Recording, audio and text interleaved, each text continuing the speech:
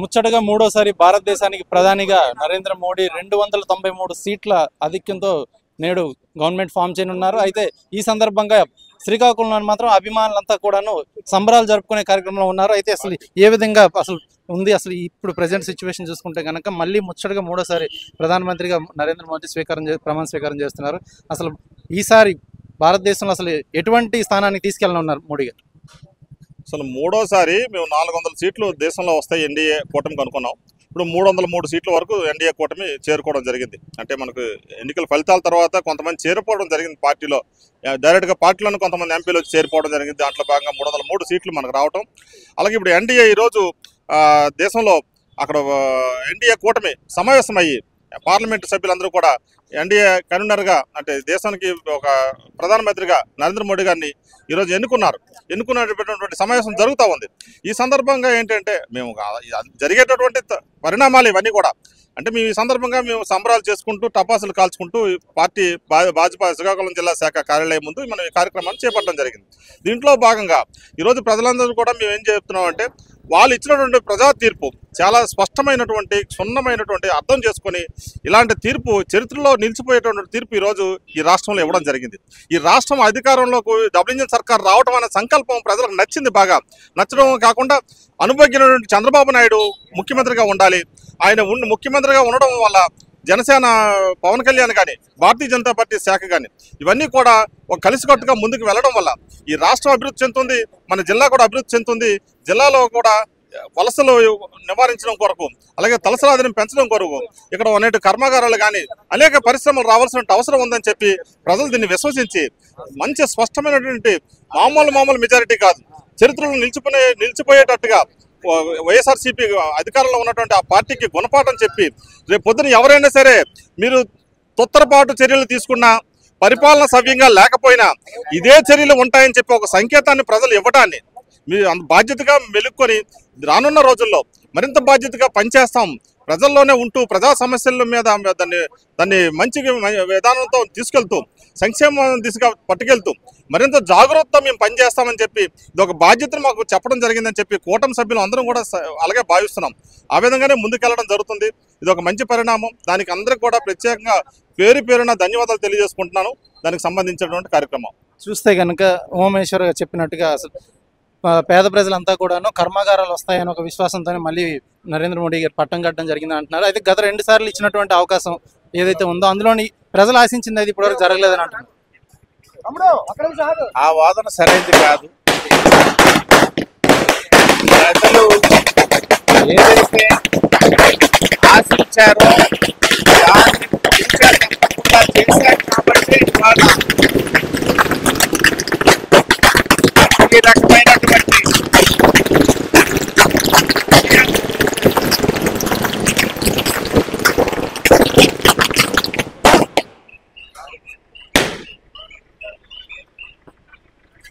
అన్నీ నెరవేర్చాము. భారతదేశం తాలూకా కీర్తి ప్రతిష్టల్ని ప్రపంచంలోనే చాటి చెప్పి ఇవాళ ఆర్థిక పరంగా చూస్తే 5వ స్థానానికి, రాజకీయ పరంగా చూస్తే 3వ స్థానానికి తీసుకొచ్చినటువంటి ఘనత నరేంద్ర మోడీ గారు. దాన్ని గమనించే విపక్షాలన్నీ ఏకమై ఇండీ కూటమి రూపేణా పోటీ చేసినప్పటికి కూడా ఘన విజయాన్ని సొంతం చేసుకున్నటువంటి భారతీయ జనతా పార్టీ ఎన్డీఏ కూటమి. కాబట్టి ఇక్కడ ప్రజలు ఎన్డీఏ కూటమిని తిరస్కరించారు అనడానికి మా వద్ద ఇంకొక 3 కారణాలు ఉన్నాయి. ఒకటి, గతంలో కంటే ఇవాళ ఎన్డీఏ కూటమి కానీ భారతీయ జనతా పార్టీ కానీ సాధించినటువంటి ఓట్ల శాతం ఎక్కువయింది.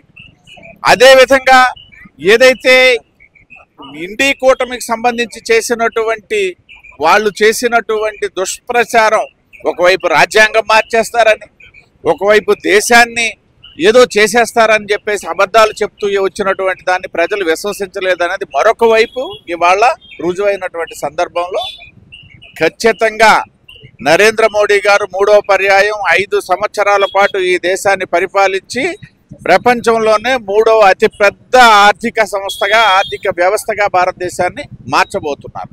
గత 2 ఎలక్షన్లతో పోల్చుకుంటే కనుక ఈ మూడోసారి ఎలక్షన్ కొంచెం మోడీకి కొంచెం కష్టతరమనే అని భావన అయితే ప్రతి ఒక్కరిలో కలిగింది. అసలు ఏంటి అంత కష్టంగా అసలు ఎందుకు జరిగింది? వారణాసిలో పరిస్థితులు ఏర్పడడం గల కారణాలు ఏంటి? ఇక్కడ 2 అంశాలు మనం పరిగణలోకి తీసుకోవాలి.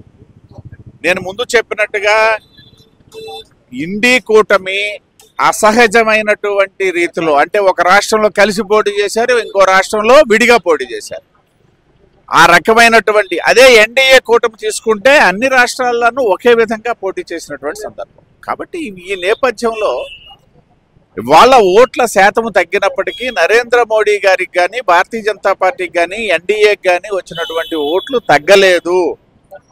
సీట్లు తగ్గినటువంటి మాట వాస్తవమే. అయినప్పటికీ కూడా స్పష్టమైన మెజారిటీ ఇచ్చారు ఎన్డీఏకి. చూస్తే కనుక ఈసారి మళ్ళా మోడీకి సపోర్ట్ ఇచ్చారు చంద్రబాబు నాయుడు గారు. అయితే ఇందులోనే అసలు ఈసారి అయినా సరే ఆంధ్రప్రదేశ్కి ప్రత్యేక హోదా అనేది ఏమైనా కలిగిస్తుందా, లేకపోతే స్పెషల్ ప్యాకేజ్ అనేది ఏమైనా ఇస్తారనేది మాత్రం ప్రజలంతా కూడా వేచి చూస్తున్నారు. దీనిపైన బీజేపీ తరపుగా మీ పార్టీ తరపు నుంచి ఏమైనా ఎటువంటి సమాచారం కానీ అందింది? అంటే ఇక్కడ 2 విషయాలు మనం గమనించాలా. భారతీయ జనతా పార్టీ వైపు నుండి అయితే స్పెషల్ స్టేటస్ అనేది ముగిసిపోయిన అంశం అని ప్రకటించడం జరిగింది గడిచిన 7 సంవత్సరాల కిందట. స్పెషల్ ప్యాకేజీకి సంబంధించి ఇప్పటికీ సిద్ధంగా ఉంది కేంద్ర ప్రభుత్వం, అదే నరేంద్ర మోడీ గారి ప్రభుత్వం. కాబట్టి ఇవాళ దేశంలో ఉన్నటువంటి పరిస్థితుల నేపథ్యంలో Bharatiya Janata party విశ్వసిస్తుంది special status అనేది ఈ రాష్ట్రానికి అవసరం లేదు. స్పెషల్ ప్యాకేజ్ ఏదైతే ఆర్థిక పరమైనటువంటి ఇబ్బందులు ఉన్నటువంటి నేపథ్యంలో గడిచిన 5 సంవత్సరాల పాలనలో జరిగినటువంటి విధ్వంస నేపథ్యంలో కూడా మరింత ఇతోధికమైనటువంటి సాయం కేంద్ర ప్రభుత్వం అందించాలన్న దాని మీద భారతీయ జనతా పార్టీకి విశ్వాసం ఉంది. మరి ఇప్పుడిప్పుడే ఎన్డీఏ ప్రభుత్వం ఏర్పాటు అవుతుంది కాబట్టి అయిన తర్వాత మన రాష్ట్ర ముఖ్యమంత్రిగా ఉంటున్నటువంటి చంద్రబాబు నాయుడు గారు, ప్రధానమంత్రి నరేంద్ర మోడీ గారు కలిసి దేశానికి, ఈ రాష్ట్రానికి సరిపడా ఒక మంచి నిర్ణయాన్ని అయితే ఖచ్చితంగా తీసుకొని ముందుకెళ్ళడం జరుగుతుంది. ఆంధ్రప్రదేశ్లోని కూటమిలో పవన్ కళ్యాణ్ పోషించినటువంటి రోల్ ఏ మేరకు ఫలించింది ఇందులో? ఖచ్చితంగా ఈవేళ కూటమి తాలూకా ఘన విజయంలో, అంటే కొన్ని లెక్కల ప్రకారం ఏంటంటే తెలుగుదేశం పార్టీ విడిగా వెళ్ళినా సరే విజయం సాధిస్తుందని చెప్పేసి చెప్పుకోవడం ఏదైతే ఉందో అది అంశాన్ని పక్కన పెడితే మేము విశ్వసిస్తున్నాం 3 పార్టీలు కలిసి వెళ్ళినందువల్లనే ఇవాళ కేవలం 11 సీట్లకి వైసీపీ పరిమితం అవడం జరిగింది. ఇందులో అయితే నో డౌట్ ఎట్ ఆల్. అదే సందర్భంలో పవన్ కళ్యాణ్ గారు 3 పార్టీలను కలిపి ఎన్నికలకు తీసుకెళ్ళాలి అన్నటువంటి ఆలోచన ఏదైతే పెట్టుకున్నారో ఆ ఆలోచన నేపథ్యంలో భారతీయ జనతా పార్టీ అధిష్టానానికైతేనేమి, అటు తెలుగుదేశంకి అయితేనేమి అనుసంధానపరిచి కలిసి ఎన్నికలకు వెళ్ళినటువంటి నేపథ్యం కాబట్టి వారి కృషి ఎనలేని కృషి ఉన్నది. వారి తాలూకా భాగస్వామ్యం అదేవిధంగా ఉంది. ప్రజలు కూడా అటువంటి తీర్పే ఇచ్చారు. ఏదైతే 100% ఈ దేశంలో ఇద్దరు రాజకీయ నాయకులు ఈవేళ 100% మంది అభ్యర్థుల్ని గెలిపించుకున్నటువంటి ఘనత అయితే అందులో పవన్ కళ్యాణ్ గారు ప్రథములు. చూస్తే కనుక ఈ 2024 సార్వత్రిక ఎన్నికల్లో మాత్రం స్పెషల్గా ఆంధ్రప్రదేశ్ అయితే మాత్రం ఒక ప్రత్యేకమైన రోల్ పోషించింది. ఎందుకంటే అక్కడ సెంట్రల్లో కూడాను ఆంధ్రప్రదేశ్ గవర్నమెంట్ యొక్క మద్దతు ఏదైతే ఉందో అది చాలా అవసరమని తెలుసుకున్నారు. అందులో భాగంగా ఈసారి కూటమి ఏదైతే రోల్ పోషించారో కూటమిలో మాత్రం కూటమి గెలుపుకి కారణమైనటువంటి చూసుకున్నట్లయితే ఇటు పవన్ కళ్యాణ్, అటు చంద్రబాబు నాయుడు, ఇటు బీజేపీ 3 కూడాను ఒకే ప్లాట్ఫామ్ మీదకి వచ్చి పనిచేయడం, అది కూడా 100% స్ట్రైక్ రేట్తో వీళ్ళు ఈరోజు ప్రతిపక్షం కూడా లేకుండా 11 సీట్లకే పరిమితం చేసి ఘన విజయం అయితే కూటమికి అయితే ఇవ్వడం జరిగింది. అయితే ఇప్పుడు నరేంద్ర మోడీ ప్రమాణ స్వీకారం తర్వాత ఉత్తరాంధ్రకి అలాగే ఆంధ్రప్రదేశ్కి అయితే మాత్రం వెనుకబడిన జిల్లాలకి అలాగే ఉత్తరాంధ్రకి మాత్రం స్పెషల్ స్టేటస్ అనేది పక్కన పెడితే స్పెషల్ ప్యాకేజ్ ఏదైతే ఉందో ఆ ప్యాకేజ్ అయితే ఇవ్వడానికి సిద్ధంగా ఉన్నారు.